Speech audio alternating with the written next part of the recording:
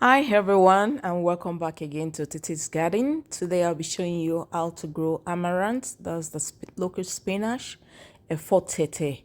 That's how we call it in Nigeria, from seed. So these are the seed. You have two types, the green one and you have also the agric. That's the local one.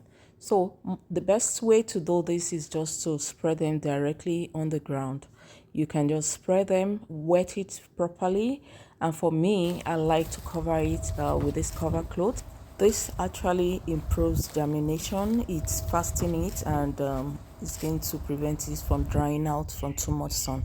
Another 1 year, this I started in containers. I started them before the last fruit date. This is going to speed up your planting season. Here they are, they'll be transplanted outside now. This you'll be able to actually space them properly because the seed is tiny, and when you spread them they might just cluster in one spot. By doing this, you will see the outcome. There's actually a difference when you space out and when they are clustered together. One single plant will be able to produce so much. It grows tall, as you can see here, very tall, and you have the leaf fully grown. So I prefer this other method, starting them in a container and transplanting them outside later. So here we are. I'm going to harvest this right now. Let me show you. When I harvest, I'm not going to pull it out from the root. I just cut the top part like this, you can see, and this will afford it to grow back. This is the first harvest. I'm still going to harvest like 2 to 3 times before the plant is finally done. Harvest them from the top, apply more fertilizer, and then you are going to get more vegetables throughout the remaining summer.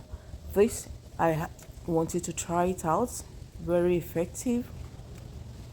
As you can see, this is a lot of vegetables. Okay, so here we are. Our harvest is ready. This is actually a lot. I give out some to friends, to families, and I also store them. That's all through the winter. I don't buy vegetables. I actually cut them, wash thoroughly, cut and put in a ziploc. Then you'll be able to eat fresh vegetables all through the winter. Thank you. This is it. After cutting everything, you can see the stem are still there, and this is like some few days later they started growing back.